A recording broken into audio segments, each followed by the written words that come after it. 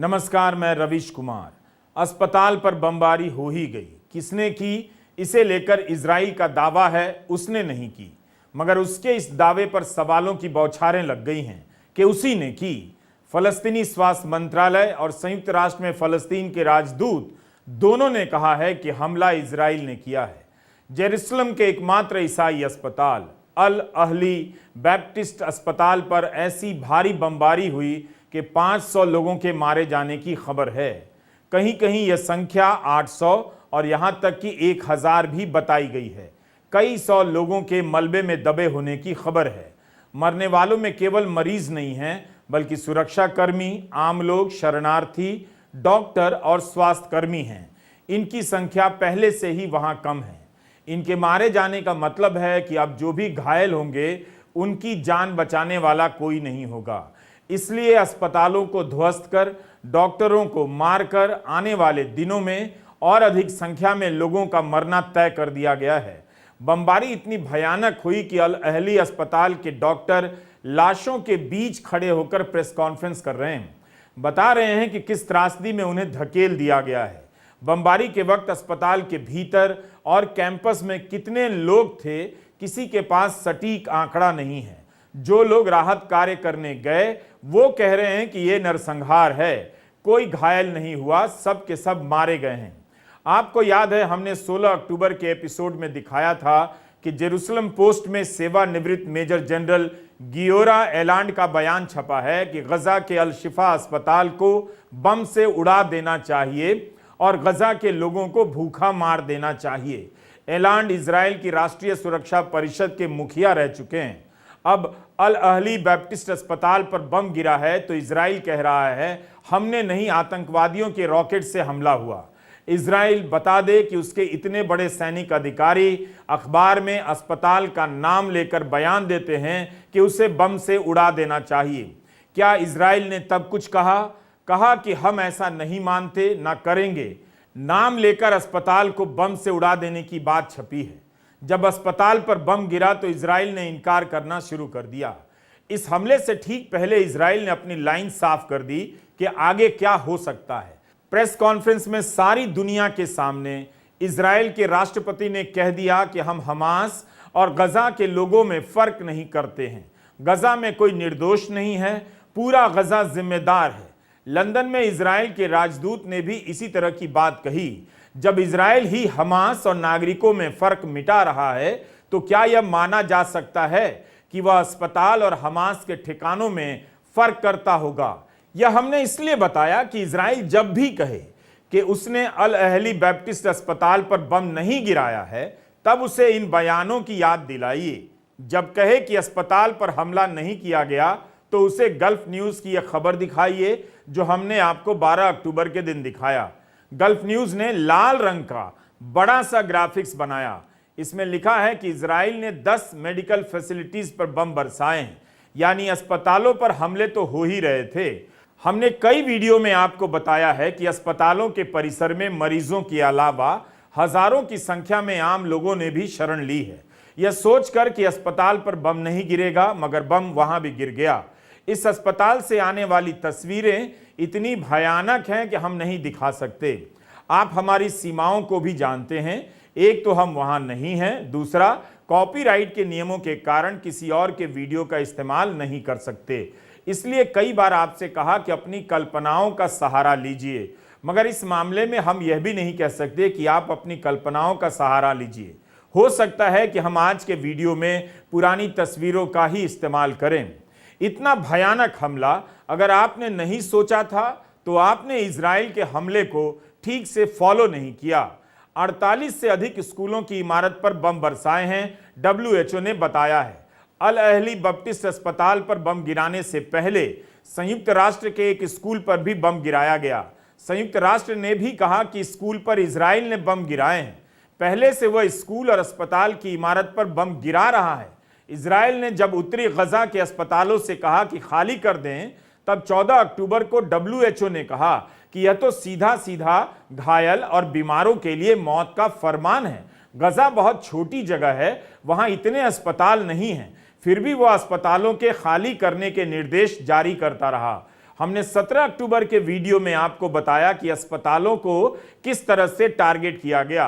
WHO ने बताया है कि 3 अस्पताल तो इस कदर क्षतिग्रस्त हुए हैं कि अब काम भी नहीं कर रहे। एक अस्पताल से मरीजों को हटाना पड़ा है। अल जजीरा ने वीडियो डाला है जिसमें रेड क्रॉस वालों की एम्बुलेंस के काफिले पर हमला होता है और कर्मचारी घायल हालत में कहते हैं कि हम उत्तर से दक्षिण की ओर जा रहे थे तब हुआ। अब तक की बमबारी में 20 से अधिक एम्बुलेंस भी शिकार हुई है। इन बयानों और घटनाओं को सामने रखेंगे तो आप बेहतर तरीके से समझ पाएंगे कि इजराइल के लिए गजा के आम लोगों और हमास में कोई फर्क नहीं। इजराइल के लिए अस्पताल और स्कूल में कोई फर्क नहीं। इजराइल के लिए हमास और फलस्तीनी में कोई फर्क नहीं। फिर उसके बाद आपको इजराइल का इनकार समझ में आ जाएगा कि अल अहली बप्तिस्ट अस्पताल पर उसने बम नहीं गिराया, हमास ने बम दाग दिया। ट्विटर पर इजराइल की भूमिका को लेकर सूचना संग्राम छिड़ गया है। ऐसे ऐसे ट्वीट दिखाए जा रहे हैं जिनमें पहले इजराइल की तरफ से स्वीकार किया गया कि हमला उसने किया, फिर उसने उस ट्वीट को डिलीट कर दिया, लेकिन अब इजराइल लगातार एक ही लाइन पर चल रहा है कि अस्पताल पर हमला उसने नहीं किया, हमास ने किया। इस ट्वीट में इजराइल के सोशल मीडिया इन्फ्लुएंसर और नेतन्याहू के करीबी हनन्या नफ्तली लिखते हैं कि इजराइल की वायुसेना ने अस्पताल में आतंकी ठिकानों पर हमला कर दिया है, कई सारे आतंकी मारे गए हैं। यह दिल दहलाने वाला है कि हमास अस्पताल, मस्जिद, स्कूल से हमला कर रहा है। बाद में यह ट्वीट डिलीट कर दिया जाता है। नफ्ताली ने अब इसके लिए माफी मांगी है कि जल्दी में गलत सूचना दे दी। मारियो नौफल इसका स्क्रीनशॉट रख लेते हैं और लिखते हैं कि पोस्ट डिलीट कर दिया गया है। मारियो लिखते हैं कि हमें भी कई वीडियो मिल रहे हैं जिनमें दावा किया जा रहा है कि फलस्तीन के इस्लामिक जिहाद ग्रुप का रॉकेट गलती से अस्पताल पर चल गया, लेकिन उनकी पुष्टि बहुत मुश्किल है। CNN पर भी इस तरह की बातें कही गईं। एक और ट्विटर हैंडल है इजरायली वॉर रूम, इसने भी ऐसा वीडियो अपलोड कर दिया मगर बाद में ट्वीट डिलीट कर माफी मांगी। अल जजीरा ने ट्वीट किया है कि अल अहली अरब अस्पताल पर रॉकेट से हमला इजराइल ने किया, तो उसके जवाब में इजराइल की सेना ने लिखा है हमला इजराइल की तरफ आने वाले मिसाइल से हुआ है। एक सरकारी ट्विटर हैंडल है @इजराइल, इस पर सेना का बयान है कि हमारी छानबीन से पता चलता है कि इस्लामिक जिहाद ने इजराइल की तरफ कई रॉकेट दागे जो अस्पताल के ऊपर से गुजरते हुए उस पर गिर गए। एक ट्वीट पर पत्रकारों ने लिखा है कि सरकारी हैंडल @इजराइल ने इस्लामिक जिहाद को दोषी ठहराने वाले वीडियो को डिलीट कर दिया है।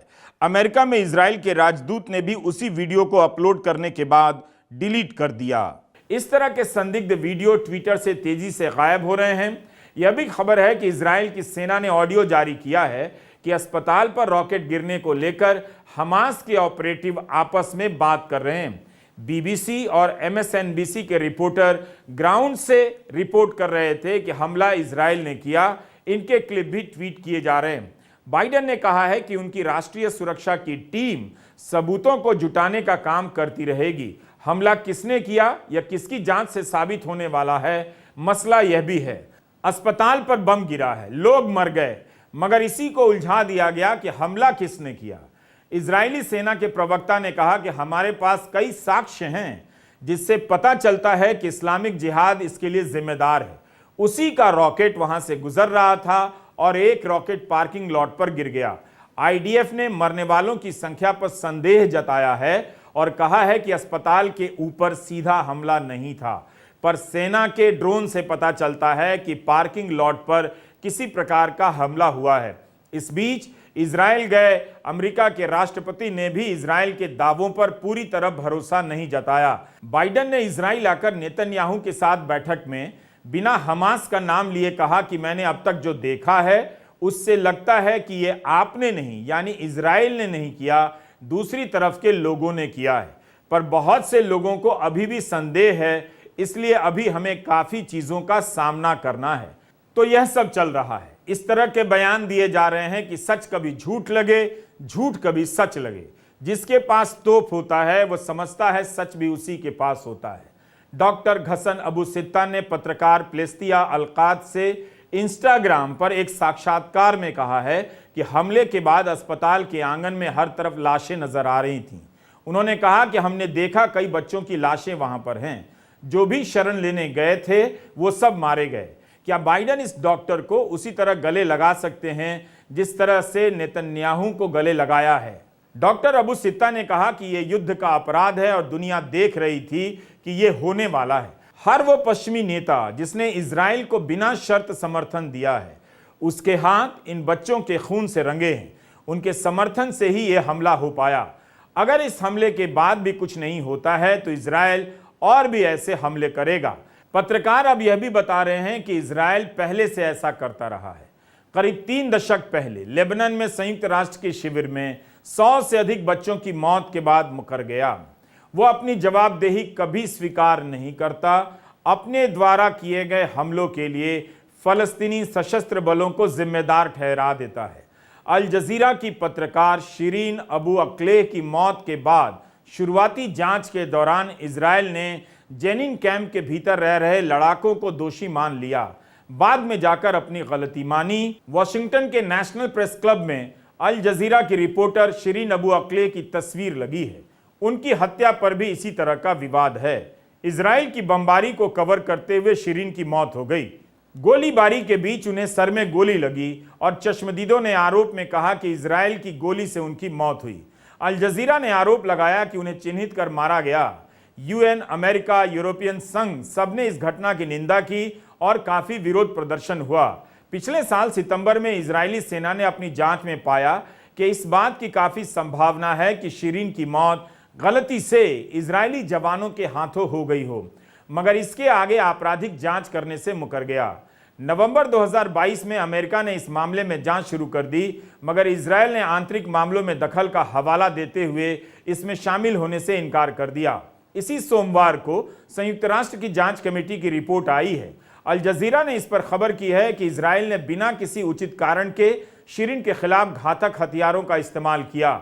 संयुक्त राष्ट्र की जांच कमेटी के प्रमुख ने कहा है कि वेस्ट बैंक में इजराइल ने कानून व्यवस्था की एजेंसी को सैनिक तंत्र में बदल दिया है। उसी ने शिरीन की हत्या की। मीडिया रिपोर्ट है कि 7 अक्टूबर के बाद से अब तक गजा कवर कर रहे कई फलस्तीनी पत्रकारों की मौत हो गई है। यह रिपोर्ट 24 अक्टूबर को संयुक्त राष्ट्र की आम सभा में पेश की जाएगी। इजराइल की तरफ से बमबारी रुकी हुई नहीं थी। फलस्तीनी स्वास्थ्य मंत्रालय ने बताया कि 2 रिफ्यूजी कैंप पर भी बम गिरा, जिसमें 37 लोग मारे गए। गजा पर हमले के पहले दिन से साफ नजर आ रहा है कि इजराइल नागरिक ठिकानों पर हमला कर रहा है। बाद में वह नागरिक और हमास में फर्क करना बंद कर देता है और स्कूल से लेकर अस्पताल तक को निशाना बनाया जाता है। अब सवाल अरब देशों का है। अस्पताल पर हमले के बाद वे क्या करेंगे? पिछले 12 दिनों से उनकी निंदा और दबाव का इजराइल पर कोई असर नहीं पड़ा। यहां तक कि हमले की धमकी का भी इजराइल पर असर नहीं। जॉर्डन में अरब देशों और जो बाइडेन के साथ बातचीत होनी थी, मगर वो रद्द हो गई। इस यात्रा का क्या हासिल होगा किसी को पता नहीं। जो बाइडेन इजराइल पहुंच गए हैं, क्या वे गजा की तरफ भी जाएंगे या तेल अवीव से ही लौट जाएंगे? हवाई जहाज की सीढ़ियों से उतरते ही बाइडेन ने हाथ मिलाने की औपचारिकता छोड़ दी, नेतन्याहू को गले लगा लिया। जिस तरह से बाइडेन ने नेतन्याहू को गले लगाया है, लगता नहीं कि अस्पताल पर गिरे बमों के खून का इस गर्मजोशी पर कोई असर भी पड़ा। बाइडेन ने केवल इजराइल के बयान से दूरी बनाई है, मगर यह भी कह दिया कि अमेरिका आत्मरक्षा के लिए इजराइल की हर संभव मदद करेगा। नेतन्याहू ने इसी बैठक में कहा कि जिस तरह से नाजियों और आईसिस को हराने के लिए सभ्य दुनिया के लोग एक हुए थे, उसी तरह हमास को हराने के लिए एक होना होगा। बाद में बाइडेन ने कहा कि हमास सभी फलस्तीनियों का प्रतिनिधित्व नहीं करता है, हमास ने उन्हें सिर्फ दुख दिया है। बाइडेन ने कहा कि इजराइल के लोगों की बहादुरी और उनका हौसला हैरान करने वाला है। मुझे यहां आकर गर्व है। बाइडेन दोनों नाव की सवारी कर रहे हैं। यह इस समय की कूटनीति हो सकती है, लेकिन इससे कोई रास्ता निकलता हुआ नजर नहीं आता। हर सवाल के बाद इजराइल का साथ देकर बाइडेन साफ करते जा रहे हैं कि अंत में वे इजराइल की ही लाइन पर चलेंगे। हमास और फलस्तीन में फर्क करने के उनके बयान का क्या मतलब समझा जाए? इजराइल तो इसे नहीं मानता। इजराइल के राष्ट्रपति ने कहा कि हमास और फलस्तीनी एक ही हैं।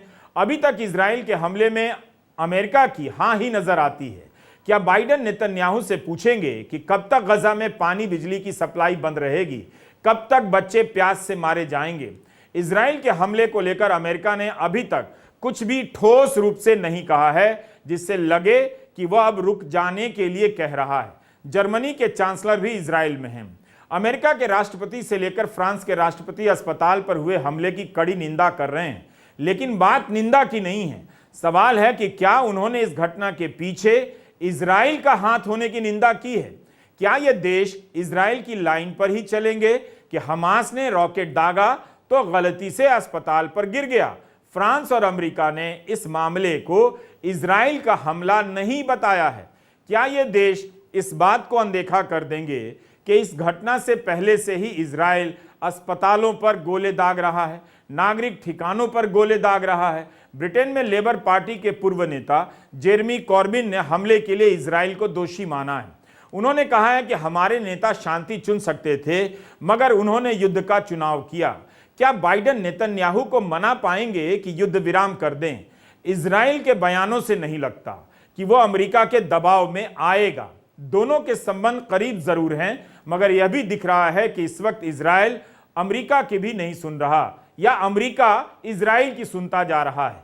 पश्चिम के ग्लोबल लीडर दुनिया को गोल गोल घुमा रहे हैं। इनकी नैतिक और राजनीतिक शक्तियां समाप्त हो चुकी हैं।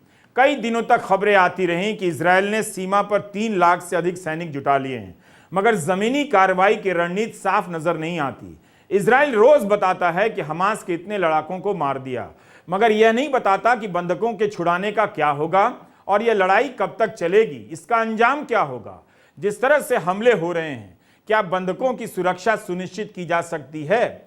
उत्तरी सीमा पर लेबनान के हिजबुल्लाह से उसकी मुठभेड़ अभी तक जारी है। 7 से 18 अक्टूबर आ गया, इजराइल इस लड़ाई को जीत नहीं सका। बंधकों को छुड़ाने का मामला नजर नहीं आता। इजराइल की खुफिया एजेंसियां अभी तक पता नहीं लगा पाई कि वे कहां रखे गए हैं और कैसे छुड़ाए जाएंगे। अरब के देशों को अमेरिका से ही उम्मीद है कि इजराइल काबू में आएगा, मगर लगता नहीं कि इजराइल किसी के काबू में आएगा। अल आलिया बैप्टिस्ट अस्पताल में 500 लोगों का नरसंहार जल्दी ही एक और आंकड़े में बदल दिया जाएगा। इसकी गिनती होगी, मगर इन घटनाओं पर इसका शायद ही कोई असर होगा। WHO ने कहा है कि रफा सीमा पर 4 दिनों से मानवीय मदद के सामान खड़े हैं, रास्ता नहीं खोला गया है। दोनों तरफ से जल्दी ही हमला बंद हो और लोगों तक दवाएं पहुंचे। कई दिनों से लोग प्यासे हैं। गजा के भीतर लोग केवल यहां से वहां भाग रहे हैं। दुनिया के ग्लोबल लीडर इजिप्ट के पास इस खड़े ट्रक को भीतर तक नहीं भेज पाए। गजा के अस्पताल पर बम धमाके को लेकर इजराइल के दूतावासों के बाहर प्रदर्शन हुए हैं। भारत के प्रधानमंत्री नरेंद्र मोदी ने भी इस घटना पर बयान जारी किया, मगर किसी देश का नाम नहीं लिया। ना ही इस बयान में इजराइल से संयम बरतने की सलाह है। उन्होंने घटना पर दुख और संवेदना जताते हुए कहा कि युद्ध के दौरान नागरिकों की मौत लगातार चिंता की बात है। जो लोग शामिल हैं उनकी जवाबदेही तय होनी चाहिए। 2 दिन पहले इजराइल के प्रधानमंत्री के कार्यालय ने ट्वीट कर दिया कि रोशनी की औलादों और अंधेरे की औलादों के बीच संघर्ष है, मानवता और जंगल के कानून के बीच संघर्ष है। बाद में यह ट्वीट डिलीट कर दिया गया, लेकिन नेतन्याहू के आंतरिक सुरक्षा मंत्री बेन ग्वीर का बयान आज भी मौजूद है और अस्पताल पर हमले के बाद यह आया है कि जब तक हमास बंधकों को रिहा नहीं करता, तब तक गजा के भीतर केवल एक चीज जाती रहनी चाहिए, हजारों टन बारूद। कोई मदद नहीं जानी चाहिए। अल अहली बैप्टिस्ट अस्पताल पर धमाके से इजराइल को कितना शोक होगा, आप इन बयानों से अंदाजा लगा सकते हैं। गजा की तबाही कितनी भयंकर है, अब आप इस धमाके और उस धमाके के बीच फर्क नहीं कर सकते। लोगों के पास खाने के लिए रोटियां नहीं हैं, सीवेज का गंदा पानी पी रहे हैं और दवाएं नहीं हैं। सामूहिक दंड, नैतिकता, युद्ध अपराध, मानवता और शांति, इन सभी का इस्तेमाल तो हो रहा है, मगर इनमें से कोई काम नहीं आ रहा। नमस्कार, मैं रवीश कुमार।